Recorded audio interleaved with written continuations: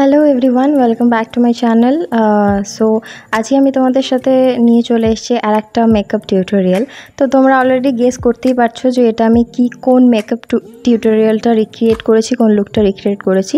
তো চলো বেশি দেরি না করে চটপট মেকআপ লুকটা কেমন করে ক্রিয়েট করেছি তোমাদের সাথে শেয়ার করে দিই। তো অনেক দিন পরে একটা লং ফরম্যাট ভিডিও নিয়ে তোমাদের সাথে চলে এসেছি। তো সবার প্রথমে দেখো, মেকআপের আগে কিন্তু সিটিএম মানে ক্লিনজিং, টোনিং অ্যান্ড ময়শ্চারাইজিং করাটা খুব ইম্পর্ট্যান্ট।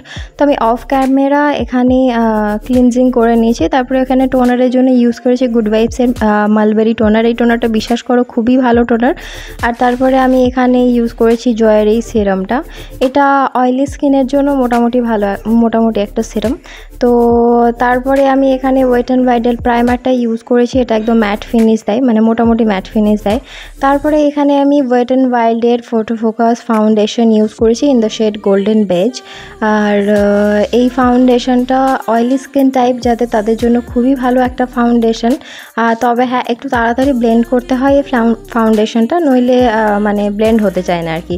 তো তারপরে ওই ফাউন্ডেশনটাকেই আমি আমার অ্যাজ মাই কনসিলার হিসাবে ইউজ করেছি, কেন কি আমার খুব একটা ডার্ক সার্কেলের প্রবলেম নেই যে সবসময় আমাকে কোনো প্রপার কনসিলার দিয়েই কনসিলিং করতে হয়। এই ফাউন্ডেশনগুলো দিয়েও আমার কনসিলিং করা হয়ে যায় মোটামুটি।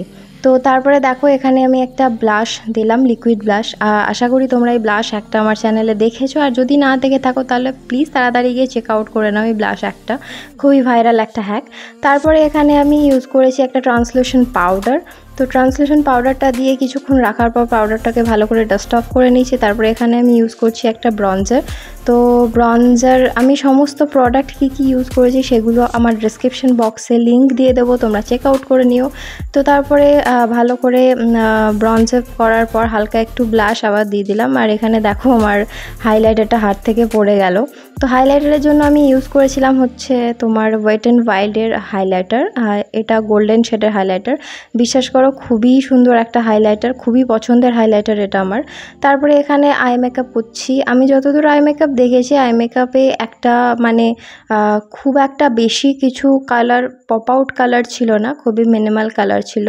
তো আমি যতটা দেখেছি সেরকমই ক্রিয়েট করার চেষ্টা করেছি। আমার এই মেকআপ লুকটা কেমন লাগলো তোমরা অবশ্যই কমেন্ট বক্সে জানিও। আর সবাইকে অনেক অনেক অনেক থ্যাংক ইউ। আমার চ্যানেলটা 1K সাবস্ক্রাইবার কমপ্লিট হয়েছে, তার জন্য আমি খুব খুশি। তোমরা আরও অনেক ভালোবাসা দাও যাতে চ্যানেল, আমার ফ্যামিলিটা আরও অনেক বেশি বড় হয়। আমার মানে তোমাদের ফ্যামিলি, এই ফ্যামিলিটা আমার আর তোমাদের ফ্যামিলিটা অনেক অনেক অনেক বেশি বড় হয়। আর তারপরে দেখো, আই মেকআপটা কমপ্লিট করার পর আমি একটা মোটা আইলাইনার পরে নিয়েছি। আর তারপরে আমি এখানে ইউজ করছি হচ্ছে মাস্কারা। তো মাস্কারার জন্য আমি এখানে নিয়েছি মেবলিনের এই মাস্কারাটা। মেবলিনের মাস্কারাটা খুব ভালো। তারপরে দেখো, এখানে হেয়ার স্টাইলটা করছি, খুবই সিম্পল একটা হেয়ার স্টাইল, বেশি কিছু করিনি। তারপরে এখানে আমি ইউজ করে নিচ্ছি হচ্ছে আমার মাংটিকা বা টিকলি। তারপরে বড় বড় ইয়াররিংগুলো আর হাতের মধ্যে এইগুলো হাতপদ্ম নাকি বলে, যাই হোক হ্যান্ড জুয়েলারি, আমি এগুলো পরে নিয়েছি। আর এখানে আমি নথটা পরতে একদমই ভুলে গেছিলাম, তো সরি ফর দ্যাট। আর তো আশা করছি তোমাদের এই লুকটা ভালো লাগবে। এই লুকটা তোমরা যে কোনো অকেশনেও ক্রিয়েট করতে পারো।